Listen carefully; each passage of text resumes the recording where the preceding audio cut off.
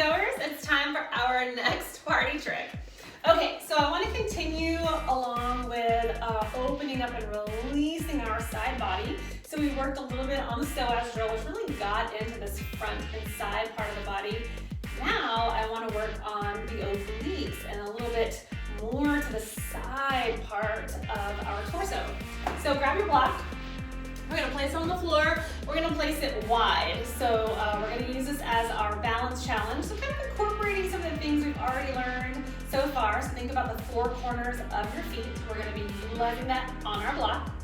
So placing the block nice and wide and flat, we're going to step with our left foot on our block. And just take a moment, find your balance, all four corners of your feet pressing down into the block.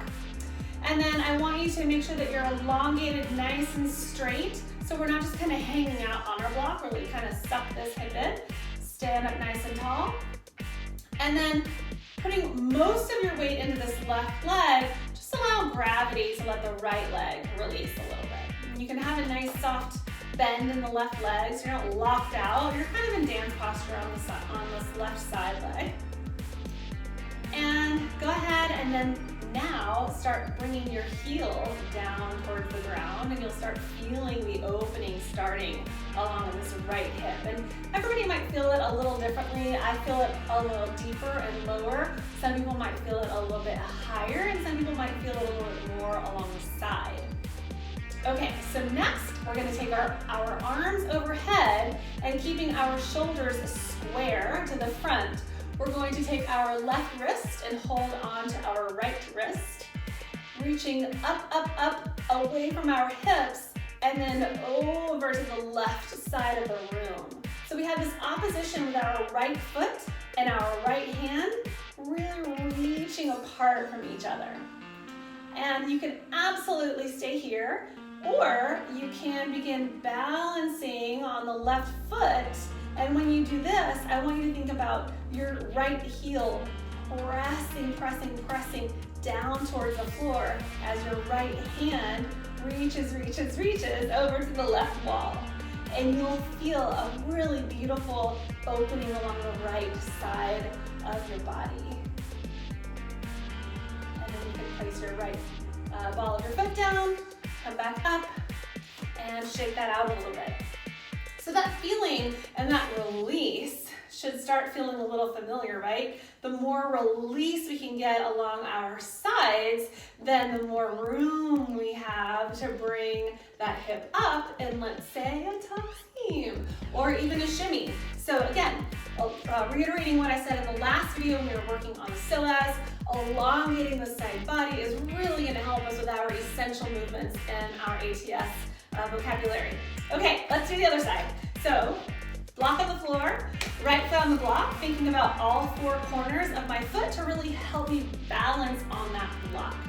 I like the added balance challenge of the block as well, because how many of us actually get to dance on a stage when we perform? I danced on grass, on asphalt, on uneven stages. Probably, if you name it, I've danced on it. So this added balance challenge allows me to really work all those additional little tiny muscles in my ankle and in my legs that I don't get to use very often, so that I feel pretty good when I'm on those uneven surfaces. So, dual purpose here with our block. Okay, so we're on the right foot flat on the block, and we're on the ball of the left foot, and you can just start releasing that left hip down, right? Keeping the hips square to the front of the room.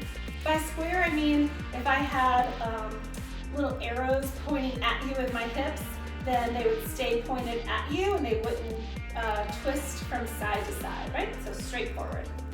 And then torso nice and long, reaching my arms overhead, taking my right hand and holding on to my left wrist, and then reaching up out of my hips over to my right, and keeping the shoulders square to the front as well. And then from here, you're probably already feeling a nice opening stretch, but if you want to take it a little bit deeper, if that feels good for you today, you can start lowering your left heel, getting into the hips and the side body just a little bit more. And then, if you're feeling like you really want to challenge yourself on this side, you can begin lifting your left foot off the floor, pressing down. I like to think about pressing down with my heel and then reaching over with my left hand.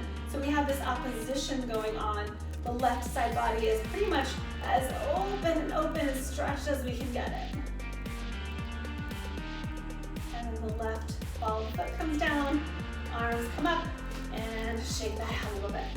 Oh, you should feel nice and long on these sides. We sit a lot during the day. Most of us actually sit a lot during the day, and then we get up and we go to dance class and we expect our bodies to just like be these elongated, beautiful dancers. And that doesn't really happen that way. We have to work on elongating those muscles if we want them to act right in our dance class. So practice this along with the one that I posted earlier about the psoas and see how it feels, see how it looks. It's probably going to feel a lot better. You'll notice the feeling more than you'll notice the look of it, but I promise it's there. And just keep working on deepening those muscles. In one of the upcoming videos, we're going to be working on strengthening the obliques.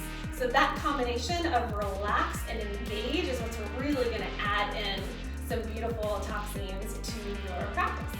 Okay, so have fun with your block, and I will see you at the next ATS block party.